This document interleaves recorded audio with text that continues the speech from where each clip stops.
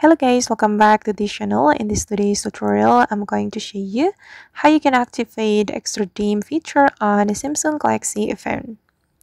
Okay, let's get into it guys. I have opened my Samsung Galaxy phone and actually I have set my brightness to the lowest as you can see, but I feel like I need to make it dimmer, so I'm going to activate the extra dim feature. If we want to activate that feature, we need to go to our settings and we have to open up the accessibility setting. Just scroll down and click on this option. Then you're going to open up the vision enhancement. Okay, then scroll down and click on the extra dim option. And here, before we activated the extra dim feature, we can customize the intensity.